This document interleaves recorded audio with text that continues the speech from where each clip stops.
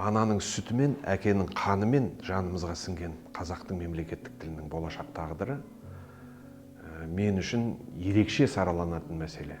Бұл әңгімені мен осыдан 25 жыл бұрын теледидардан талай рет көтергем. Бірақ бұл жолы осы сұхбатта жер шары бизнесінің тілі, ағылшын тілі қазақ жастарына кеңірек сіңсе ме деген ойды ортаға салып отыр. Неге? IT технологиялар, интернеттік сауда, ғарыш технологиялары, жасанды интеллект, роботталу, блокчейн, әскери технологиялар, бұлардың бәрі 99% жер шарында ағылшын тілінде дамып келе жатыр. Қазақ жастары ана тілін негіз қылып, қазық қылып алып, дүниежүзілік тіл кеңістігіне, ағылшын тіліне көңілін бұрса, болашақ өмірді өзгертетін құралдар көбейе түседі.